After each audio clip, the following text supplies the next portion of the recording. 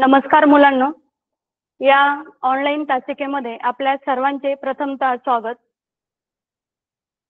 मी दारकुंडे अनिता भालेराव. माझ्या शाळेचे नाव आहे शहर टाकळी हायस्कूल, शहर टाकळी. मुलांनो, तुम्हाला सगळ्यांना माहीतच आहे की 1 जुलैपासून तालुकास्तरीय ज्या ऑनलाईन अध्यापन वर्गाचे काम चालू आहे, त्यामध्ये माझ्याकडे जो विषय आलेला आहे इयत्ता 8वी शिष्यवृत्ती मराठी विषय.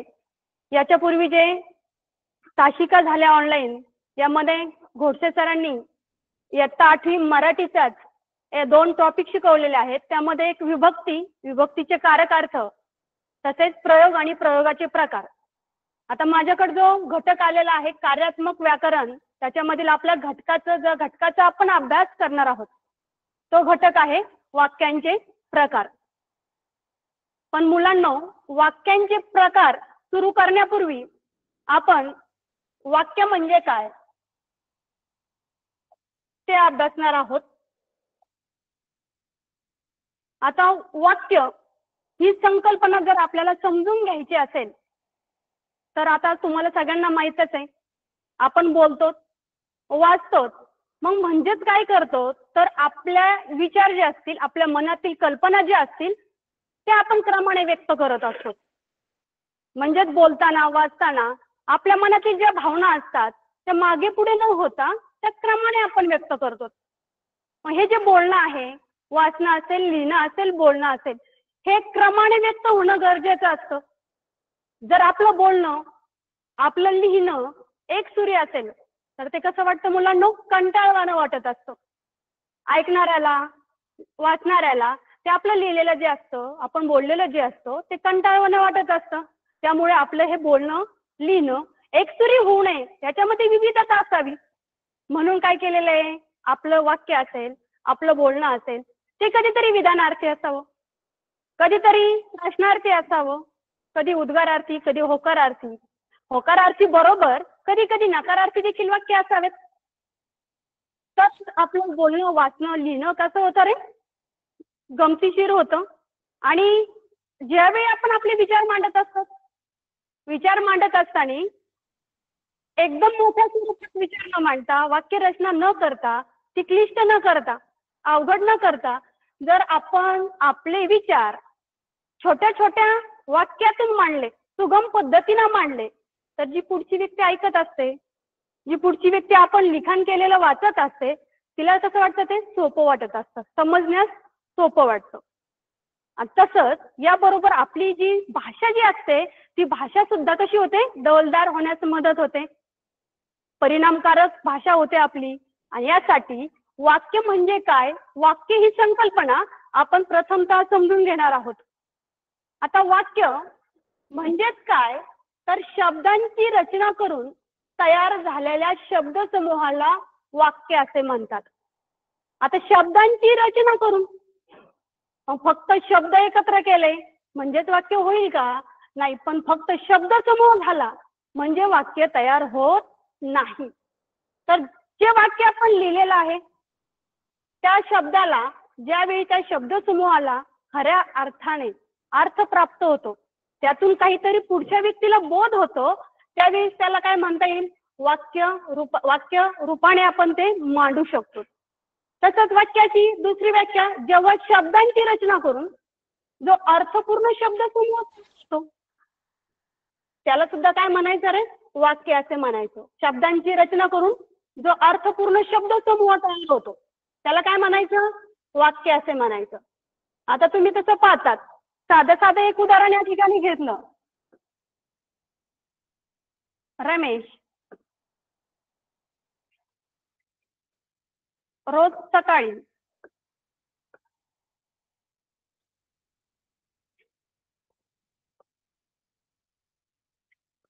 शाळेत जातो. आता हे जे वाक्य मी लिहिलंय, याच्यामध्ये काय आहेत, अनेक अक्षरांचे मिळून शब्द तयार होतात. अनेक शब्दांचे मिळून या ठिकाणी काय तयार झालेलं आहे, वाक्य तयार झालेलं आहे. रमेश रोज सकाळी शाळेत जातो. हे अनेक शब्द एकत्र आलेत, शब्दांचा एक समूह तयार झाला आणि या शब्दांच्या समूहामुळे या वाक्याला एक अर्थ प्राप्त झाला. हे वाक्य मी म्हटलं, रमेश रोज सकाळी शाळेत जातो. तुमच्या लगेच लक्षात येणार रमेशची क्रिया काय झालेली आहे, शाळेत जाण्याची झालेली आहे.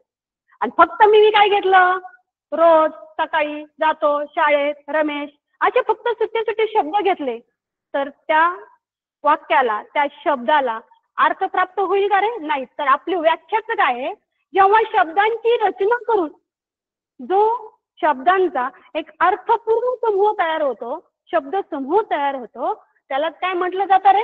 वाक्य असे म्हटले जाते. वाक्य म्हणजे काय आपल्या लक्षात आलं असेल. आता बघा, एक किंवा अनेक शब्दांचा अर्थपूर्ण समुच्चय म्हणजे वाक्य. मग शब्द काय, तो जातो, तो खातो, तो पळतो, ती झोपते, हे काय आहे, छोटी छोटी वाक्य, एक किंवा अनेक शब्दांचं. पण तो जातो म्हटल्यावर जाण्याची क्रिया आहे, तो झोपतो म्हटल्यावर झोपण्याची क्रिया आहे. म्हणजे छोट्या छोट्या एक किंवा छोट्या वाक्यातून तुम्हाला काय लक्षात येतं रे? अर्थपूर्ण शब्दसमूह. त्यातूनच तुम्हाला त्या व्यक्तीचं म्हणणं काय, बोलणाऱ्याचं म्हणणं काय हे आपल्याला समजत असतं. तसंच पूर्ण अर्थाचे बोलणे किंवा लिहिणे म्हणजे वाक्य. आता या ठिकाणी घेतलंय रमेश,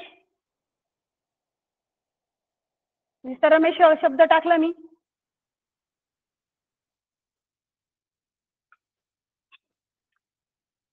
पुढे काहीच लिहिलं नाही. पूर्ण अर्थाचं बोलणं किंवा लिहिणं म्हणजेच काय आहे, वाक्य आहे.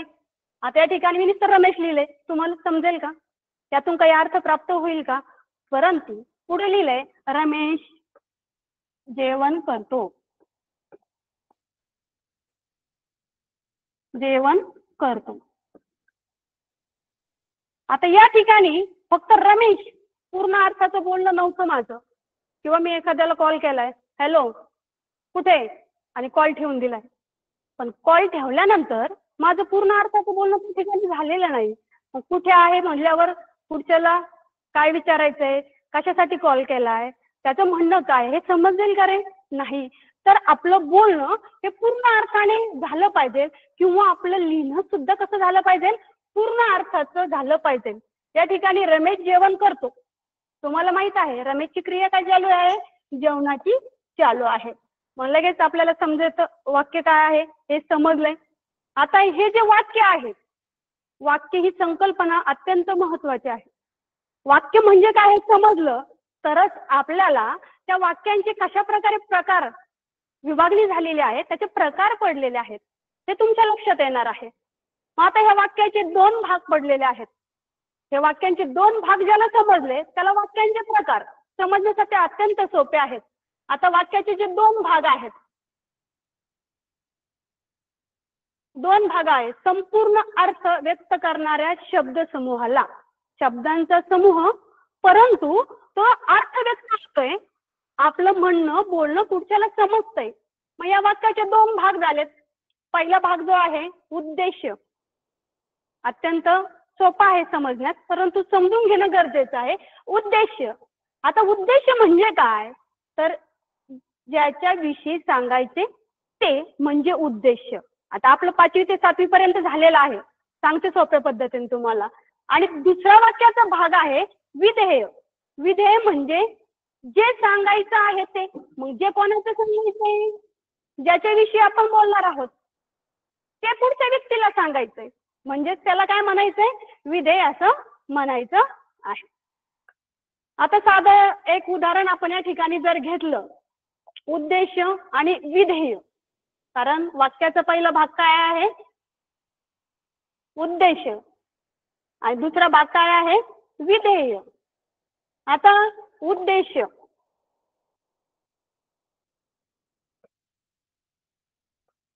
राम आंबा खातो. सोपं वाक्य घेतलंय मुद्दाम तुम्हाला समजण्यासाठी, कारण वाक्याचा जो पहिला भाग आहे उद्देश म्हणजेच काय आहे, ज्याच्याविषयी सांगायचं ते. मग आता तुम्ही विचार करा, या वाक्यामध्ये आपण शिकलो कर्ता, कर्म आणि क्रियापद. कर्ता, कर्म, क्रियापद. क्रिया करण्यासाठी लागतो तो ओळखायचा असेल तर वाक्यात जे क्रियापद आहे, वाक्यात क्रियापद कोणतं आहे रे, खातो हे क्रियापद आहे. या खातो या क्रियापदाला प्रश्न विचारायचा आहे, कोण खातो? आणि जे उत्तर आपल्याला मिळतं ते राम. राम काय आहे मग वाक्याचा? कर्ता आहे. आणि खातो हे काय आहे वाक्याचं? क्रियापद आहे. क्रियापद आहे. आता आपलं काय वाक्याचा पहिला भाग काय होता? ज्याच्याविषयी सांगायचं ते खाण्याची क्रिया कोणाविषयी बोललो आपण? या राम विषयी आपण बोललो. राम काय करतो? खाण्याची क्रिया चालू आहे. आणि विधेय म्हणजे काय? जे सांगायचं ते. मग आपण या वाक्यातून या राम बद्दल माहिती काय सांगितली? खाण्याची माहिती सांगितली. राम काय खातो? आंबा खातो. म्हणजे तुमच्या लक्षात येईल उद्देश म्हणजे कर्ता. तुमच्या लक्षात काय येईल? उद्देश म्हणजे कर्ता आणि विधेय म्हणजे काय रे? क्रियापद. लक्षात आलंय? उद्देश म्हणजे कर्ता आणि विधेय म्हणजे क्रियापद. आता याच्यामध्ये एक अत्यंत महत्वाचा भाग आहे. उद्देश म्हणजे तुमचा काय झाला? कर्ता झाला. आणि क्रियापद म्हणजे काय तुमचं? विधेय आहे. आता उद्देश हा कर्ता आहे, परंतु आपण काही गोष्टी तर लक्षात कसं ठेवायचं? काही गोष्टी सोप्या आहेत लक्षात ठेवण्यासाठी. वाक्य ज्याच्याविषयी माहिती सांगतो. आपण जे वाक्य घेणार आहोत, जे वाक्य आपण पाहिलेलं आहे, हे जे वाक्य आहे, ते वाक्य कोणाविषयी माहिती सांगतो? तो वाक्याचा काय असतो रे? कर्ता असतो. कर्ता म्हणजेच कोण असतो? उद्देश असतो. कोण असतो? उद्देश असतो. हा जो कर्ता आहे, कर्त्याला दुसरा शब्द काय? उद्देश. तुम्ही वाक्यातलं कर्ता शोधलं म्हणजे तुम्ही वाक्यातलं उद्देश शोधलं. तुम्हाला प्रश्न विचारला जाईल, एखादं सोपं उदाहरण दिलं जाईल, वाक्यातला उद्देश ओळखा. मग आपल्याला ओळखता आला पाहिजे वाक्यातला कर्ता. कर्ता हा काय असतो? आपला उद्देश असतो. आता हा कसा? तर क्रियापदाला किंवा क्रियापदातील मूळ धातूला, मूळ धातू काय असतो तुम्हाला झालेला आहे 5वीला, त्या मूळ धातूला नारा, नारे, नारी असे प्रत्यय जोडायचे. घोडसे सरांनी शिकवले तुम्हाला विभक्तीचे प्रत्यय आणि त्या विभक्तीच्या प्रत्ययाचा वापर कसा करायचा हे देखील तुम्हाला सांगितले. मग आपल्याला मूळ धातूला कोणता प्रत्यय जोडायचा? नारा, नारे आणि नारी हे प्रत्यय जोडून कोण काय हे प्रश्न विचारायचा आहे. आणि जे उत्तर तुमचं येणार आहे ते काय आहे? तुमचा उद्देश आहे, कर्ता आहे. आता पहिलं उदाहरण पाहू आपण. रामूचा शर्ट फाटला. आता बघा, रामूचा शर्ट फाटला तुम्हाला ओळखायचा आहे, उद्देश कर्ता. आता मूळ धातू फाट आहे इथं, याला प्रत्यय काय लागला आहे? ला हा काय लागलेला आहे? या ठिकाणी प्रत्यय लागलेला आहे. मग आता फाटणारा तुम्हाला सांगितलं मूळ धातूला कशाने प्रत्यय प्रश्न विचारायचा आहे? नारा, नारे, नारी आणि प्रश्न विचारायचा आहे. मग आता इथं काय म्हण तुम्ही? फाटणारा काय? उत्तर तुम्हाला मिळेल. काय फाटणार आहे? शर्ट. उत्तर काय मिळालंय तुम्हाला? शर्ट. म्हणजे तुमचा उद्देश काय झाला या ठिकाणी? शर्ट झालाय. करता माहिती तुम्हाला या ठिकाणी रामू आहे, परंतु आपण या ठिकाणी काय पाहतोय? फक्त क्रियापदाला, मूळ धातूला नारा, नारे, नारी आणि प्रश्न विचारल्यावर जे उत्तर येतं ते तुमच्या या ठिकाणी काय? उद्देश आहे. दुसरं उदाहरण आहे, मुघल साम्राज्यांचा अंत झाला. झाला म्हणजे होणारा. होणारा काय? त्या ठिकाणी जर तुम्ही क्रियापदाला प्रश्न विचारला काय झालं तर काय झाला रे? अंत झालेला आहे. अंत या ठिकाणी काय तुमचा? कर्ता आहे. पुढचं उदाहरण, जास्तीत जास्त करणार तुम्ही क्लुप्त्यानुसार तुम्ही त्याला प्रश्न विचारून पाहणार आहात, त्यावेळी तुम्हाला पटकन लक्षात येणार आहे उद्देश कसा ओळखायचा आहे आणि विधेय कसा ओळखायचा आहे. तिसरं उदाहरण जे आहे, राजाच्या घराचा दरवाजा उघडला. आता उघडला, उघडणारा काय? तुम्हाला लगेच उत्तर मिळत आहे तुमच्या प्रश्नाला. उघडणारा काय?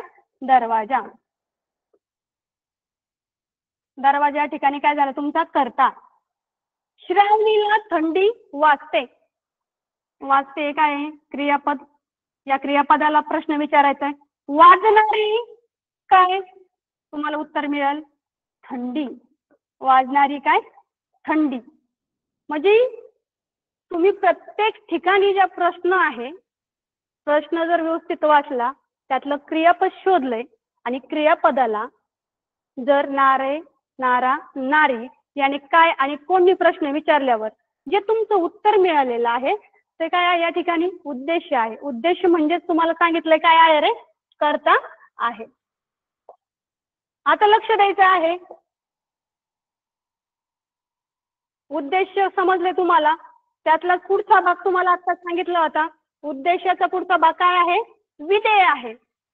आता विधेय म्हणजे तसं पहिलं तुम्हाला सांगितलं होतं क्रियापद, जे क्रियापद असतं ते. परंतु आपण या ठिकाणी सध्याला फक्त कर्म याचा विचार करू. वाक्यातील कर्म कसं शोधायचं आहे, कर्म शोधून तुम्हाला काय करता आलं पाहिजे, विधेय विभाग. त्याचे एक प्रश्न तुम्हाला सोडून देते, कशा प्रकारे विधेय विभाग ओळखायचा आहे, तसं नाहीये.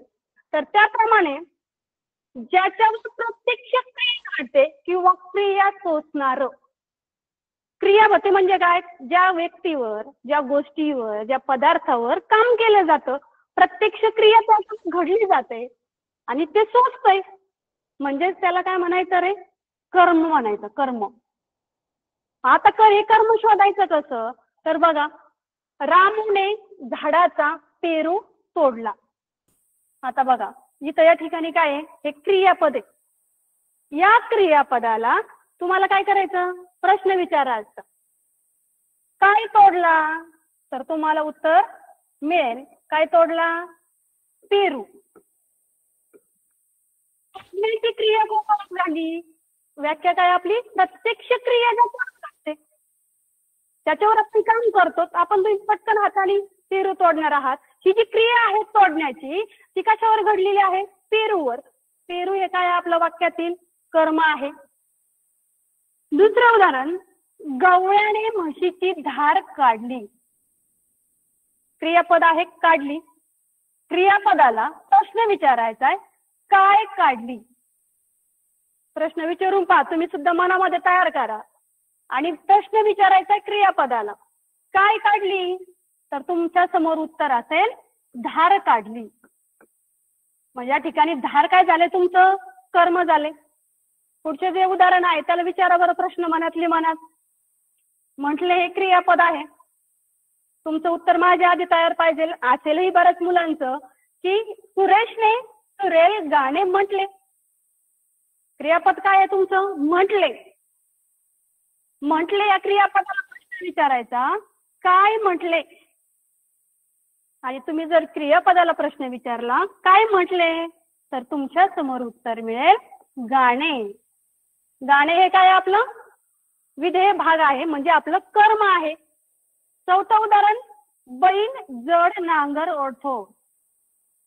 विचारा प्रश्न, बैल जड नांगर ओढतो. काय ओढतो बैल, नांगर.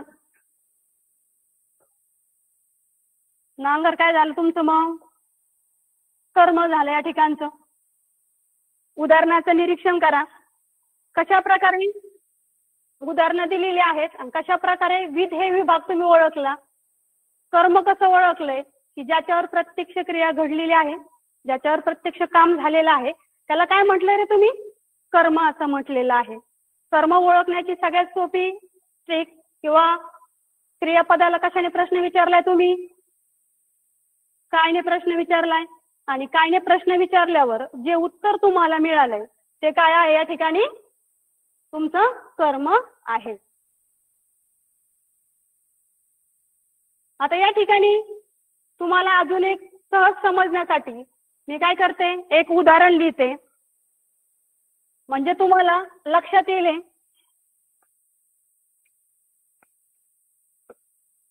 त्याचा मोठा भाऊ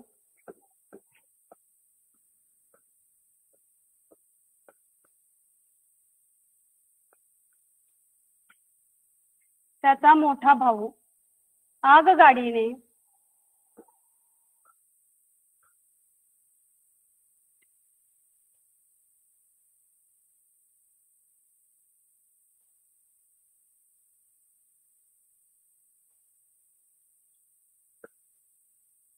मुंबईला गेला. आता मी काय शिकवलं रे तुम्हाला, उद्देश आणि विधेय शिकवलंय. उद्देश म्हणजे काय सांगितलंय? त्याचा मोठा भाऊ आगगाडीने मुंबईला गेला. हे साधं उदाहरण तुमच्या समोर ठेवलंय आणि तुम्हाला उद्देश म्हणजे ओळखायला लावलंय आणि विधेय म्हणजे ओळखायला लावलंय. मग आता 2 मिनिटाचा तुम्हाला वेळ आहे.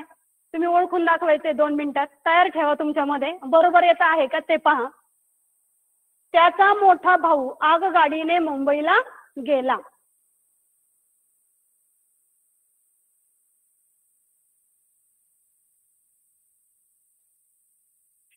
भाऊऐवजी आपण काय घेऊ या ठिकाणी? मुलगा घेऊ. तुम्ही भाऊ पण घेऊ शकतात. मुलगा घेऊ. त्याचा मोठा मुलगा आगगाडीने मुंबईला गेला. आता तुम्हाला मी सांगितलं होतं क्रियापदाला नारे, नारा, नारी हा प्रत्यय लावून प्रश्न विचारायचा. गेलेला किंवा गेला म्हणजे जाण्याची क्रिया झालेली आहे त्या ठिकाणी. जाणार कोण? तुम्हाला काय उत्तर मिळतंय बघा बरं. जाणार कोण? मुलगा. तुम्ही प्रश्न जर विचारला असेल तुमच्या लक्षात येईल जाणारा कोण? मुलगा. मग उद्देश काय आला रे आपल्या या ठिकाणी? मुलगा. मुलगा हे काय झालं आपलं? उद्देश आहे या वाक्यातील. आलं लक्षात? आता तुम्हाला काय विचारायला लावलं होतं? विधेय. विधेय म्हणजे काय? लक्षात ठेवायचंय. विधेय म्हणजे क्रियापद. विधेय म्हणजे काय आहे? क्रियापद. विधेय म्हणजे काय? क्रियापद. आणि या वाक्यामध्ये क्रियापद कोणतं आहे? गेला. गेला हे काय आपलं? विधेय भाग आहे. विधेय आहे. मग वाक्यामध्ये फक्त तुम्हाला विधेय आणि उद्देश दिसला का रे? विधेय आणि उद्देशाशिवाय अजून काही शब्द आहेत वाक्यामध्ये. मग याचा वापर कसा करायचा? तर आता 2 उदाहरण तुम्हाला सांगितलंय मी. याला म्हणायचं उद्देश विस्तार आणि याला म्हणायचं विधेय विस्तार. म्हणजे उद्देशामध्ये काय असतं? या मुलाविषयी, या मुलगा सांगायच्या आधी त्याच्याविषयी थोडीशी माहिती आलेली आहे. मग हा मुलगा कोणाचा आहे? त्याचा मोठा. मुलाविषयी माहिती कोणती आली? त्याचा मोठा. त्याचा मोठा हा काय झाला? उद्देश विस्तार झाला. उद्देश विस्तार झालेला आहे. या उद्देशाला मोठं कोणी केलंय? त्याचा मोठा. आणि मुलगा हे काय? उद्देश आहे. आलं लक्षात आहे? हा भाग जो असतो उद्देशाच्या इकडचा, उद्देशाविषयी माहिती सांगणारा, म्हणजे तसं पाहिलं तर विशेषण पण म्हणू शकता तुम्ही. कर्त्याविषयी जी अधिक माहिती सांगितली जाते ना त्याला आपण विशेषण पण म्हणतो. मग मुलाविषयी अधिक माहिती कोणत्या शब्दाने सांगितली? तर 2 शब्द सांगितले. त्याचा मोठा हा उद्देशाचा विस्तार झाला. आपल्या विधेय काय वाक्यातील? गेला. मग या गेल्याविषयी माहिती कोणत्या शब्दाने सांगितली? आगगाडीने मुंबईला. मग हा जो भाग आहे हा काय झाला? विधेय विस्तार. विधेय विस्तार झाला हा. आले लक्षात? आपल्याला वाक्यांच्या प्रकार शिकण्यापूर्वी वाक्यांचे 2 भाग शिकणं अत्यंत गरजेचे होते. कारण त्याच्यावरच पुढे वाक्यांचे प्रकार कशा प्रकारे आहेत किंवा त्याच्यामध्ये वैशिष्ट्य कशी आहेत हे लक्षात येणार आहे. ज्याला वाक्याचे 2 भाग समजले, विधेय आणि उद्देश. उद्देश म्हणजे क्रियापद, विधेय म्हणजे वाक्यातील कर्ता. कर्त्याविषयी ज्या शब्दांनी अधिक माहिती सांगितली जाते तो असतो उद्देश विस्तार. क्रियापदाविषयी म्हणजे विधेयाविषयी ज्या शब्दांनी अधिक माहिती पटवून दिलेली असते तो असतो विधेय विस्तार. आले लक्षात? आता आपण वाक्यांचे जे भाग आहेत प्रथमतः खऱ्या आपल्या टॉपिकला सुरुवात करणार आहोत. घटकाला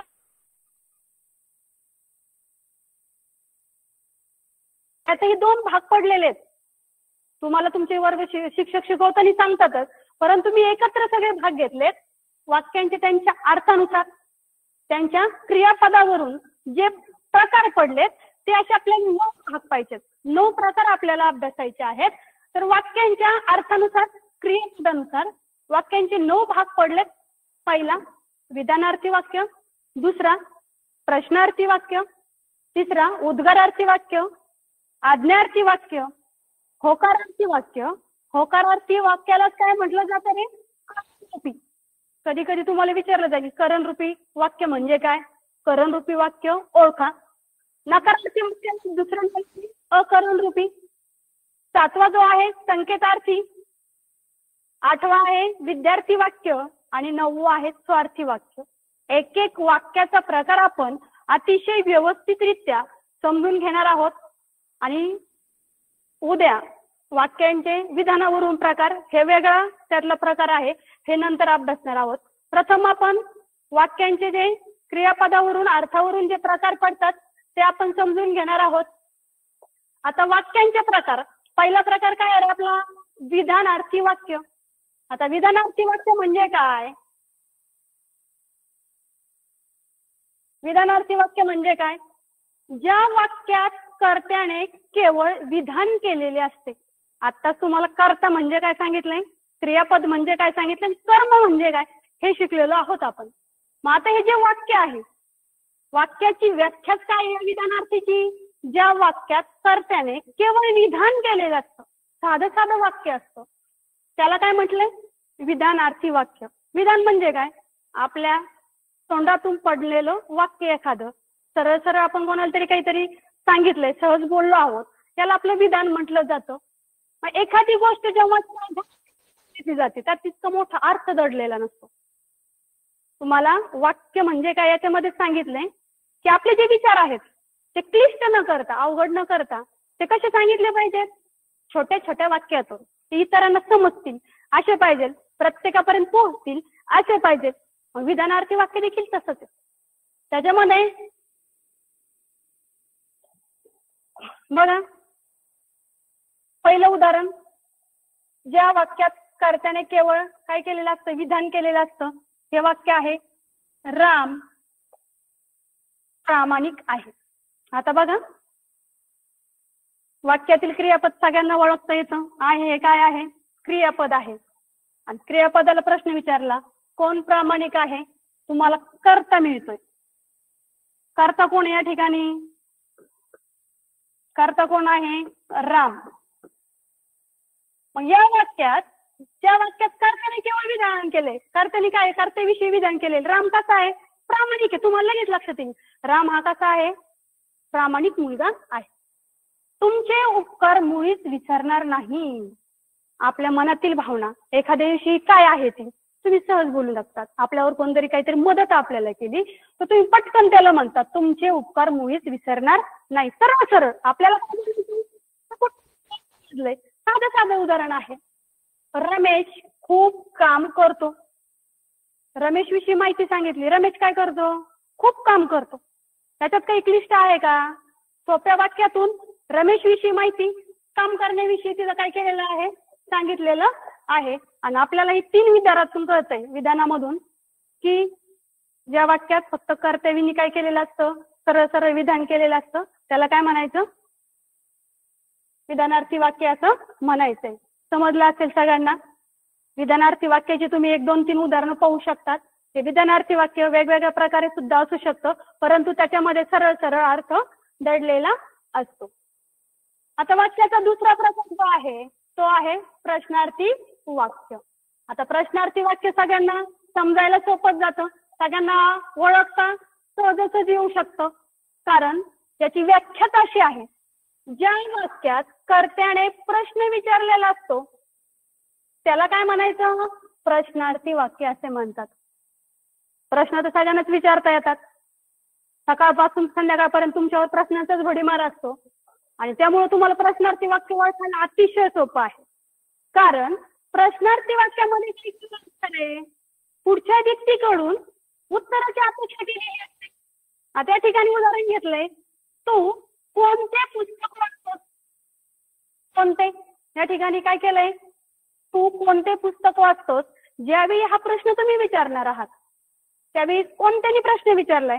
याच्यामध्ये प्रश्न कोण, कोठे, केव्हा, काय, कोणाला या प्रकारचे प्रश्नाचे स्वरूप तुम्ही विचारू शकतात. तुम्हाला लगेच त्या पुढच्या व्यक्तीकडून काय उत्तर येणार आहे. आणि सगळ्यात महत्वाचं म्हणजे वाक्याच्या शेवटी काय असतं रे? प्रश्नचिन्ह असतं. प्रश्नार्थी वाक्य ओळखण्याची खूण काय आहे? वाक्याच्या शेवटी काय असतं? प्रश्नचिन्ह असतं. उत्तराची अपेक्षा पुढच्या व्यक्तीकडून असते. कोण आहे तिकडे? असं आपण विचारलं कोण आहे तिकडे, लगेच काय येईल, कोणी प्रश्न विचारलाय, उत्तर तुम्हाला मिळणार आहे. वाक्याच्या शेवटी काय आलेलं आहे या ठिकाणी, प्रश्नचिन्ह आलेलं आहे. तू जेवण केलंस का, का या शब्दाने काय केलेलं आहे, प्रश्न विचारलेला आहे. वाक्याच्या शेवटी काय झालेलं आहे, प्रश्नचिन्ह या ठिकाणी आलेलं आहे. म्हणजेच प्रश्नार्थी वाक्य समजायला सगळ्यात सोपं आहे. पुढचा आहे उद्गारार्थी वाक्य. हा सुद्धा प्रकार अतिशय सोपा आहे. उद्गारार्थी वाक्य म्हणजेच काय, ज्या वाक्यामध्ये कर्त्याने आपल्या मनात निर्माण झालेल्या भावना किंवा भावनेचा उद्गार काढलेला असतो. काय सांगितलंय, ज्या वाक्यामध्ये कर्ता म्हणजे मी घ्या थोड्या वेळ, आणि अचानक मी काहीतरी एखाद्या मनातील भावना म्हणजे काय असतात की त्या ठरवलेल्या नसतात, त्या अचानकपणे पुढच्या प्रसंगाला अनुसरून आपोआप तोंडातून बाहेर पडत असतात. त्याला काय म्हटलं जातं, उद्गारार्थी वाक्य. आणि उद्गार म्हणजे काय, तोंडातून पडलेले बाहेर शब्द. त्या वाक्याला काय म्हटलंय आपण, उद्गार अर्थी वाक्य असं म्हटलंय. आता उदाहरणार्थ हा हा किती सुंदर देखावा आहे हा. बघा पटकन तुम्ही काय ठरवलं होतं का असं बोलायचंय, नाही.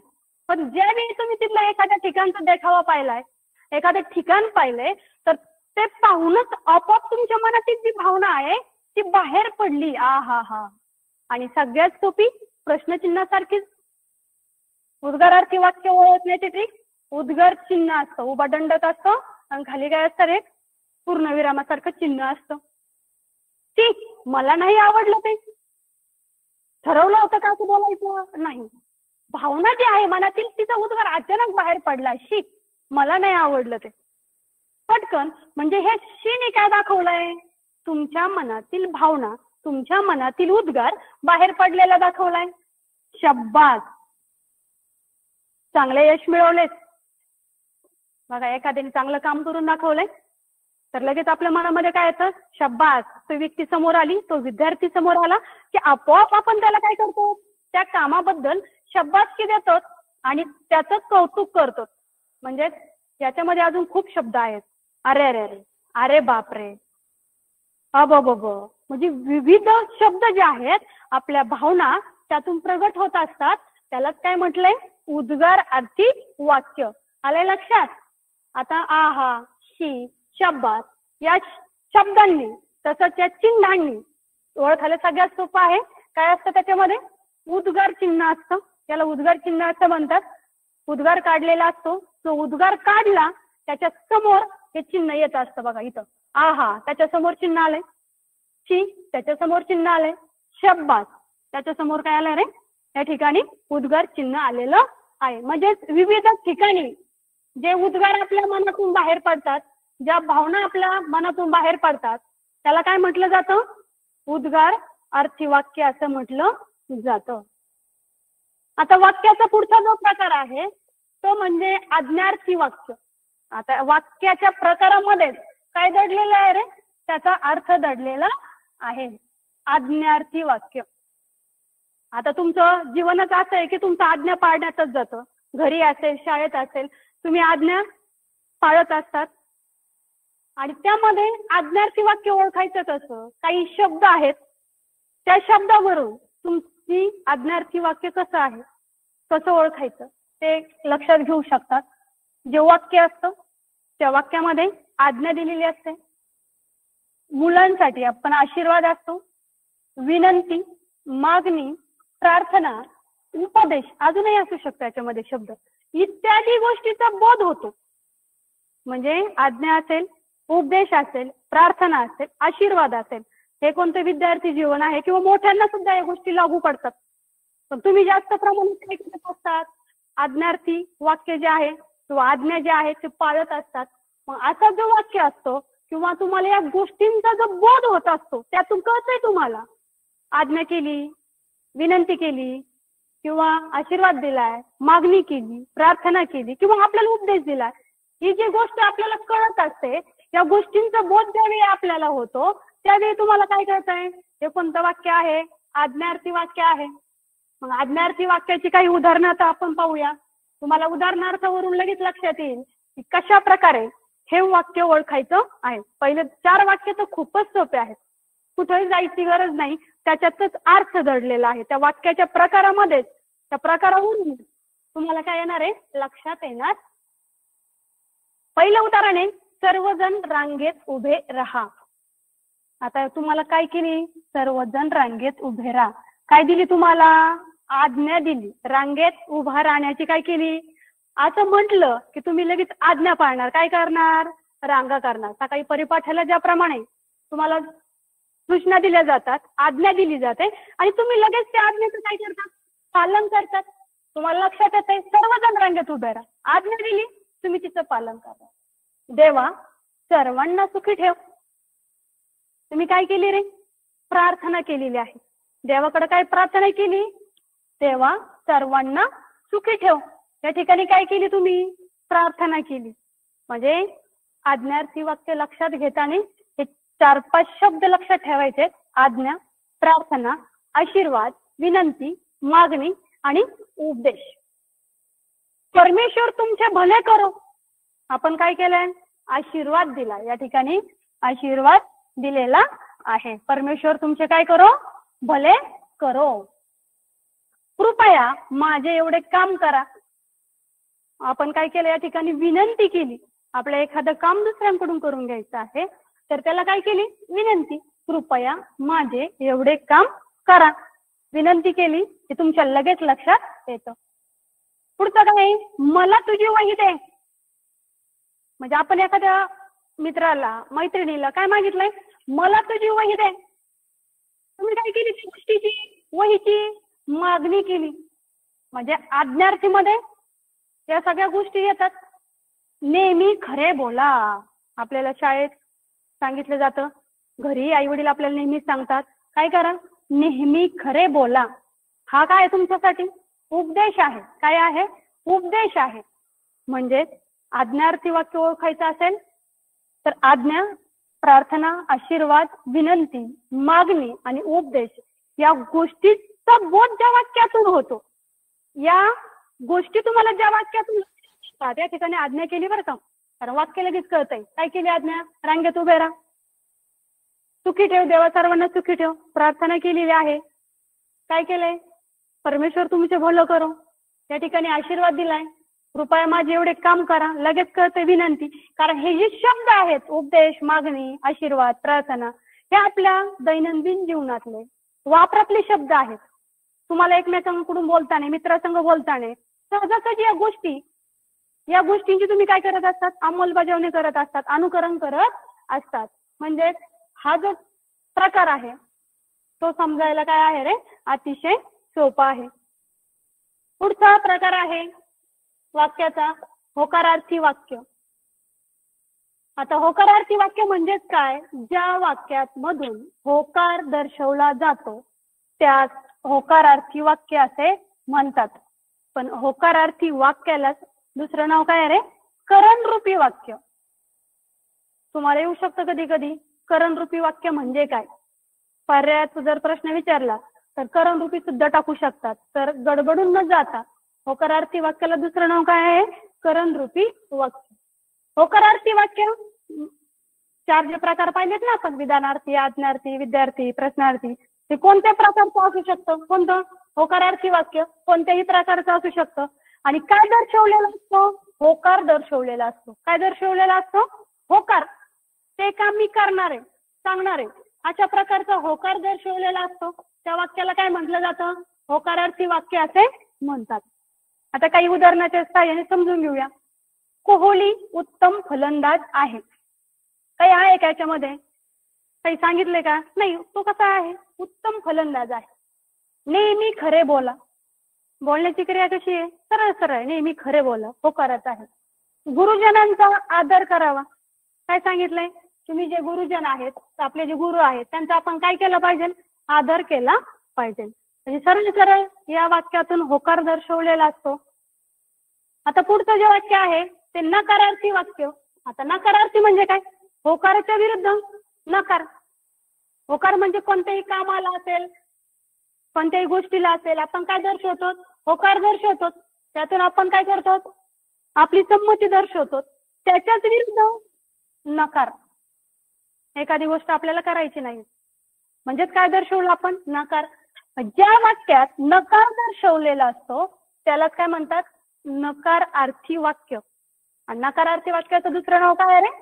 अकरण रूपी वाक्य. मग त्याच्यामध्ये बघा पहिलेच उदाहरण तुम्ही लगेच लक्षात येईल.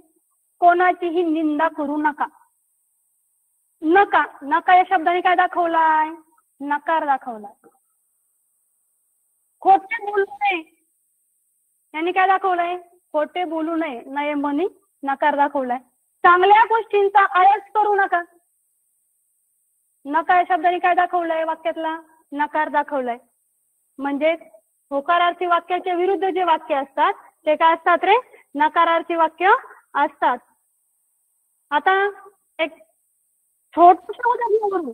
दोन वाक्य पाहिलेत आपण, होकारार्थी आणि नकारार्थी. होकारार्थी म्हणजे करण रूपी आणि नकारार्थी म्हणजेच काय? अकरण रूपी. पण साधं तुम्हाला एकदम सोप्या उदाहरणातून लगेच लक्षात येणार कसं ओळखायचंय. आता वाक्य रूपांतर तुम्हाला प्रश्न इयत्ता 8वी स्कॉलरशिप मध्ये मराठी प्रश्नपत्रिकेमध्ये होकारार्थी वाक्याचं नकारार्थी करा किंवा नकारार्थी वाक्याचं होकारार्थी करा अशा प्रकारचा प्रश्न विचारला जाईल. ओळखायचं तुम्हाला असेल किंवा शक्यतो ओळखण्यापेक्षा काय असतो? होकारार्थी वाक्याचे नकारार्थी वाक्य करा असा प्रश्न विचारलेला असतो. आता वाक्य रूपांतर मग याचं रूपांतर कसं करायचं? होकारार्थीचं तुम्हाला नकारार्थी कसं करायचं हे आपल्याला लक्षात घ्यायचंय प्रथमतः. आणि वाक्य रूपांतर म्हणजे वाक्य रचनेत करावा लागणारा बदल. काय करायचंय? वाक्य रूपांतर करायचंय. होकारार्थीचं तुम्हाला काय करायचंय? नकारार्थी करायचंय. म्हणजेच तुम्ही काय करणार आहात? वाक्याच्या रूपात बदल करणार आहात. पण हा बदल ज्यावेळी तुम्ही करणार आहात, आता होकारार्थीचं नकारार्थी करा म्हणजे तुम्ही वाक्य बदलणार आहात ना. पण हे जेव्हा होकारचं नकार करणार आहात त्यावेळी मात्र एक गोष्ट लक्षात ठेवायची, ती म्हणजे काय? वाक्यांचे रूपांतर करताना वाक्य रचनेत बदल होत असला तरी वाक्याच्या अर्थात बदल होता कामा नये. वाक्याचं रूपांतर करताना काय करायचं? वाक्यांच्या रचनेत पण अर्थ मात्र तोच राहिला पाहिजे. हे अत्यंत महत्वाचं आहे. वाक्यरचना तुम्ही काय करू शकता? बदल करू शकता. परंतु तुम्ही काय करणार आहे? त्याचा अर्थ जो आहे हा शब्द खूप महत्वाचा आहे. अर्थ काय राहिला पाहिजे? तसाच राहिला पाहिजे. मग साधं उदाहरण त्यांनी दिलंय. लोकांचे दारिद्र्य पाहून मला दुःख होते. होते वरून काय दाखवलं तुम्ही? होकारार्थी आहे. बरोबर? दुःख होतंय, लोकांचं दारिद्र्य पाहून मला खूप वाईट वाटतंय, दुःख होतंय.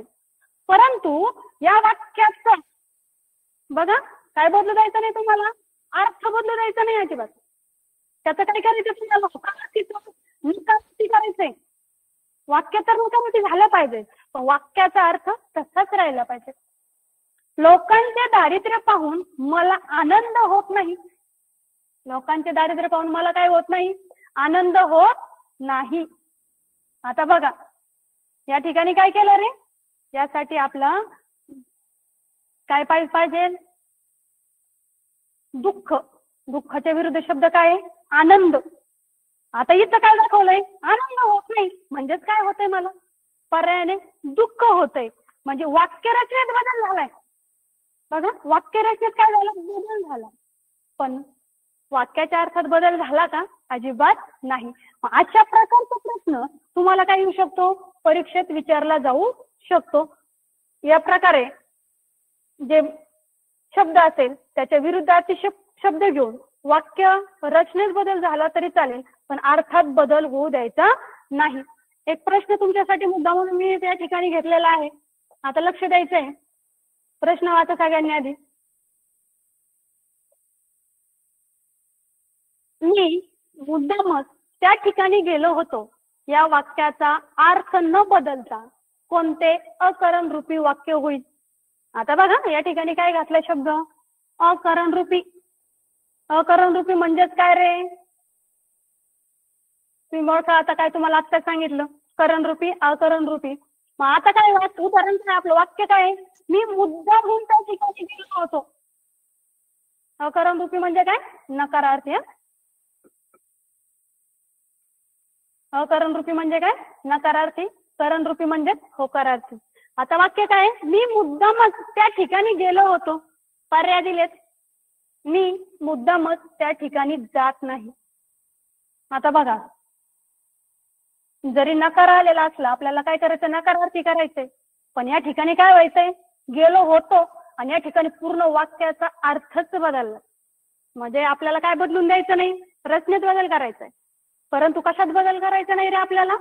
अर्थात बदल करायचा नाही. म्हणजे हे वाक्य कसं आहे? तुमच्या दृष्टीने चुकलेलं आहे. मी मुद्दामच त्या ठिकाणी गेलो नाही. नाही म्हणजे भूमिकाच करून टाकली. नाही. नकारार्थी वाक्यामध्ये काय काय असतात? नकारार्थी नाही, नको,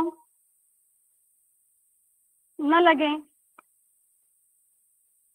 नाही, हे नकारदर्शक शब्द असतात. इत्यादी अजूनही त्याच्यामध्ये असू शकतील. नाही, नको, नलगे, नये हे शब्द कशात येतात? नकारार्थी मध्ये येतात. आता इथं मी मुद्दामच त्या ठिकाणी गेलो नाही, पण इथं काय? गेलो होतो. आपल्याला नकारार्थी करायचंय पण अर्थ बदलू द्यायचा नाही. या ठिकाणी डायरेक्ट काय बदललंय? अर्थ बदललाय. पुढचं पहा. मी सहजच त्या ठिकाणी गेलो. आता बघा, गेलो या ठिकाणी काय? डायरेक्ट होकार दाखवलाय. आपल्याला होकारार्थी करायचंय का? नाही करायचंय. काय करायचंय आपल्याला? बघा, गेलोनी काय दाखवलं? होकार दाखवलाय. हे वाक्य सुद्धा येणार नाही. आपल्याला काय दाखवायचं? नकारार्थी करायचंय पण अर्थ बदलून द्यायचा नाही. मी सहजच त्या ठिकाणी गेलो नव्हतो. आता बघा, मी सहजच गेलो होतो का? नाही. वाक्य बदललं नाही, परंतु आपण रचनेत बदल केलाय, परंतु अर्थात बदल केला का? मी मुद्दाम आणि सहजच शब्द काय होता? मुद्दाम. आणि त्याच्या विरुद्ध शब्द काय? सहजच त्या ठिकाणी गेलो नव्हतो. म्हणजे मी मुद्दामून त्या ठिकाणी गेलो. म्हणजे आपलं उत्तर काय येणार आहे रे? या ठिकाणी हे आपलं उत्तर येणार आहे. अतिशय सोपं आहे. छोट्या छोट्या गोष्टी जर लक्षात घेतल्या तर होकारार्थी नकारार्थी समजायला सोपं आहे. 7वा जो वाक्याचा प्रकार आहे तो आहे संकेत अर्थी. जेव्हा वाक्यात एक गोष्ट केली असती तर दुसरी गोष्ट घडली असती असा संकेत दिला जातो, त्यालाच काय म्हटलं जातं? संकेतार्थी वाक्य असे म्हणतात. जेव्हा वाक्यात मी एक गोष्ट केली असती, मी असं केलं असतं तर तसं घडलं असतं. मी अभ्यास केला असता तर मी पास झालो असतो. म्हणजे काय? एक गोष्ट केली तर घडली असती असा संकेत दिला जातो, त्याला काय म्हणतात? संकेतार्थी वाक्य असे म्हणतात. संकेतार्थी वाक्याचे काही उदाहरणं आपण पाहणार आहोत. तर बघा, जर चांगला अभ्यास केला असता तर पास झालो असतो. संकेत काय सांगितलंय? संकेत दिलाय. जर चांगला अभ्यास केला असता तरच पास झालो असतो. म्हणजे काय झालंय?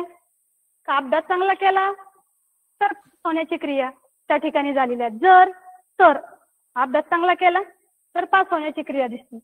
पाऊस पडला तर पीक चांगले येईल. आता या ठिकाणी तर, आता इथं आपण जर पण शब्द घालू शकतो. जर पाऊस चांगला पडला तर पीक चांगलं येईल. म्हणजे काय केलंय? एक गोष्ट केली असती तर दुसरी. पाऊस पडला असता तरच पीक चांगले आले असते. म्हणजे काय दाखवलाय? हा संकेत दाखवलाय.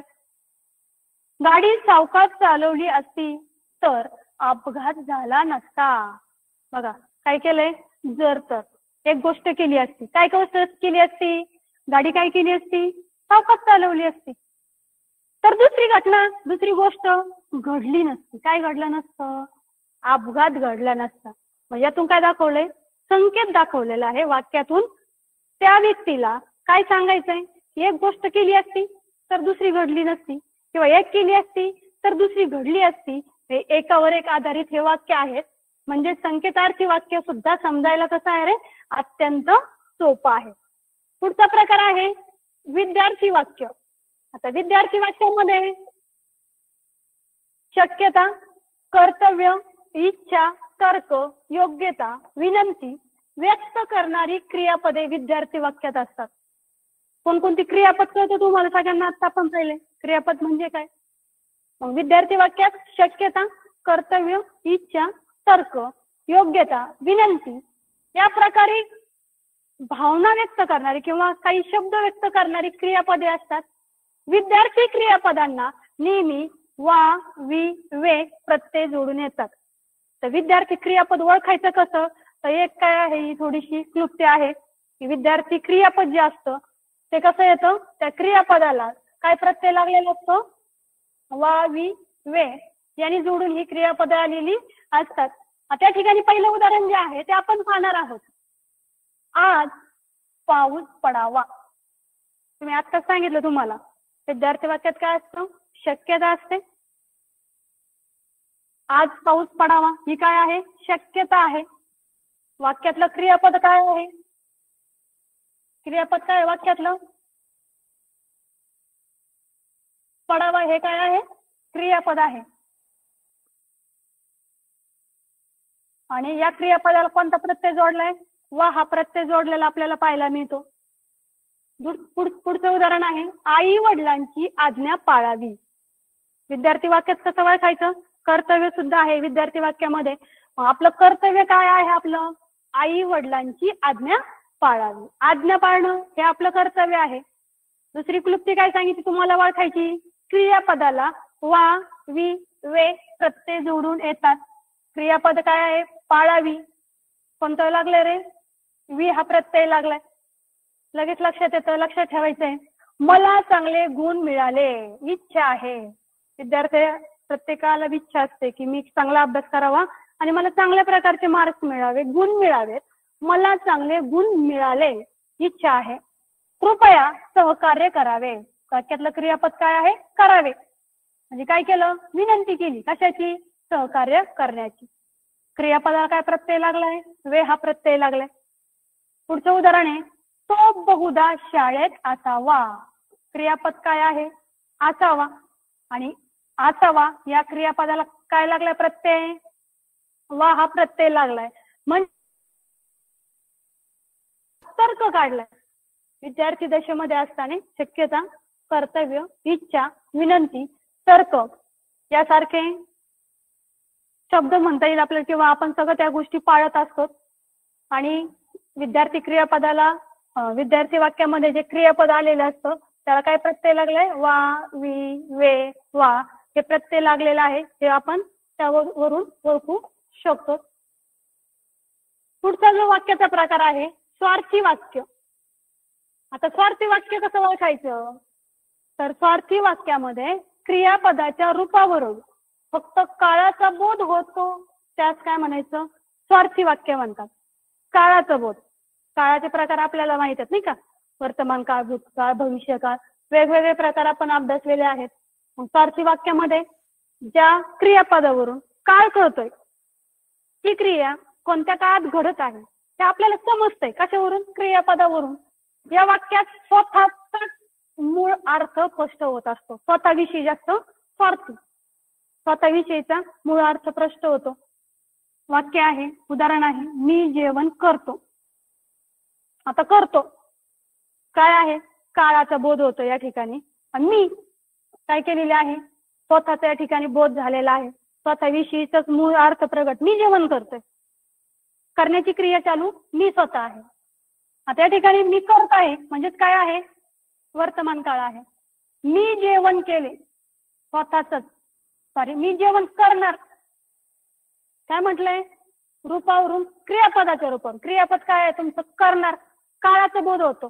करणार हे काय तुमच्यासाठी, भविष्य काळ, केलं का नाही, करणार हा काय आहे तुमच्यासाठी, भविष्य काळ आहे. मी जेवण केले, स्वतः मीच, स्वतःचाच मूळ अर्थ स्पष्ट होतो. जेवण केले, केले क्रिया काय झालेली आहे, होऊन गेलेली आहे. म्हणजे क्रिया कशी झालेली आहे, भूतकाळात झालेली आहे. म्हणजेच करतो, करणार, केले हे जे क्रियापद आहेत, या क्रियापदावरून काय झालेलं आहे रे, काळाचा बोध झालेला आहे. काळ कोणता आहे, चालू क्रिया कोणती आहे, आणि स्वतःविषयी फक्त काळाचा बोध होत असेल तर, पण या वाक्यात स्वतःचाच असा, स्वतःविषयीच असा अर्थ स्पष्ट केलेला असतो.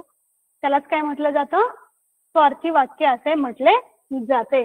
म्हणजेच आपण काय केलेलं आहे, या ठिकाणी वाक्य म्हणजे काय, वाक्याचे दोन भाग पाहिलेत बघा. काय पाहिलेत? वाक्य म्हणजे काय, वाक्याचे दोन भाग. पहिला भाग उद्देश, दुसरा भाग विधेय. उद्देशाचा विस्तार, विधेयाचा विस्तार आणि क्रियापदाच्या अर्थावरून, क्रियापदावरच्या रूपावरून काय पाहिलेले आहेत आपण? जवळजवळ 9 प्रकार आपण अभ्यासलेले आहेत. किती? 9 प्रकार. त्यांची उदाहरणे आपण अभ्यासलेली आहेत.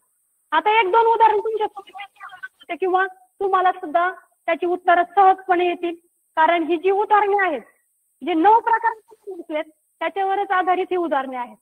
आता पहिलं उदाहरण जे आहे, वाचा 2 मिनिटं सगळ्यांनी. पहिलं उदाहरण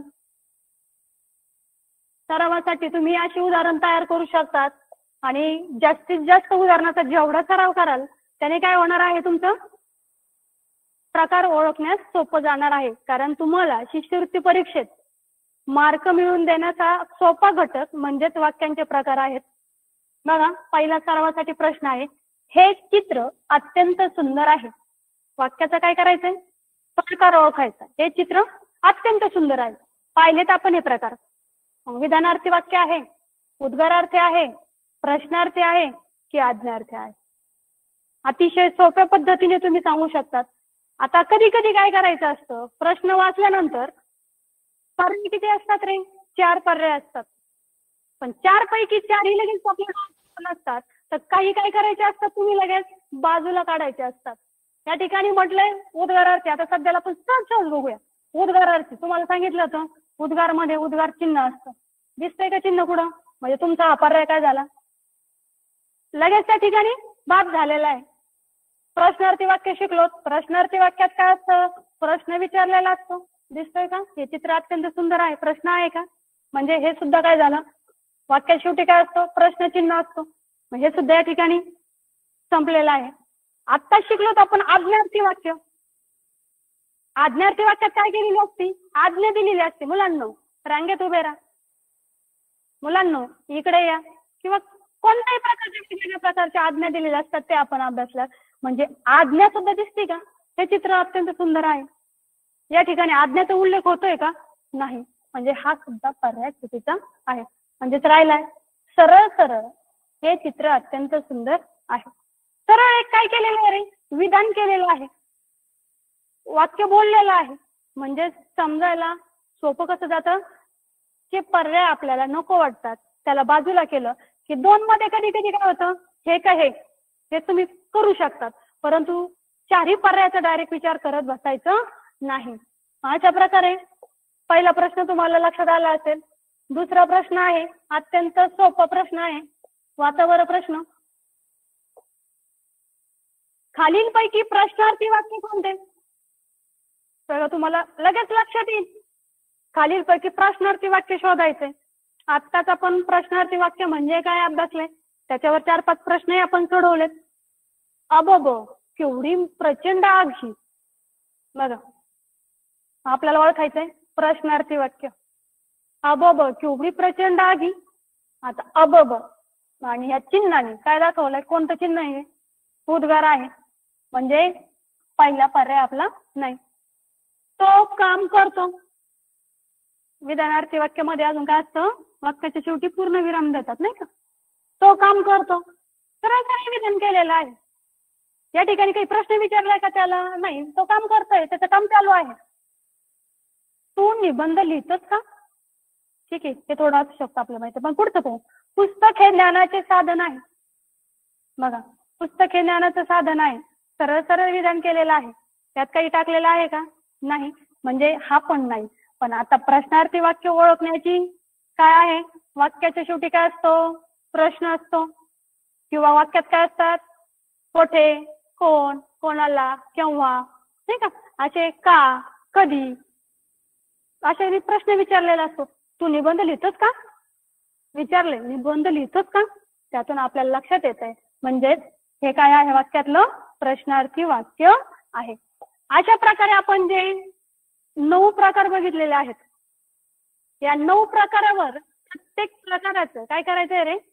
5-5 उदाहरणं तुम्ही काय करायचे? उद्या म्हणजे संध्याकाळी क्लास संपल्यावर लगेच सोडवायचे आहेत. आता जे आपण 9 प्रकार बघितले त्याच्यामध्ये कोणाला काही अडचणी आहेत का? उद्या आपण या भागावर अजून काही प्रश्नांचा काय करणार आहोत, सराव घेणार आहोत. तर याच्यामध्ये कोणाला 9 प्रकारामध्ये किंवा 9 जे मॅडम विद्यार्थी वाक्य समजून सांगा. मॅडम विद्यार्थी वाक्य समजून सांगा. मॅडम विद्यार्थी मॅडम विद्यार्थी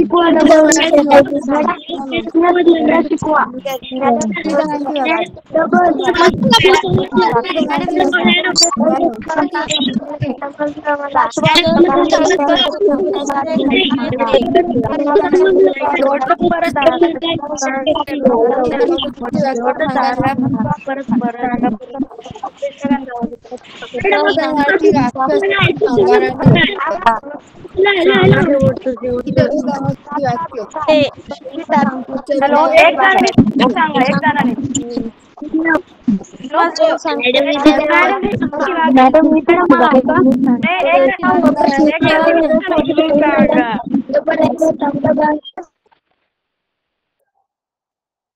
एकत्र सगळे बोलतात ना.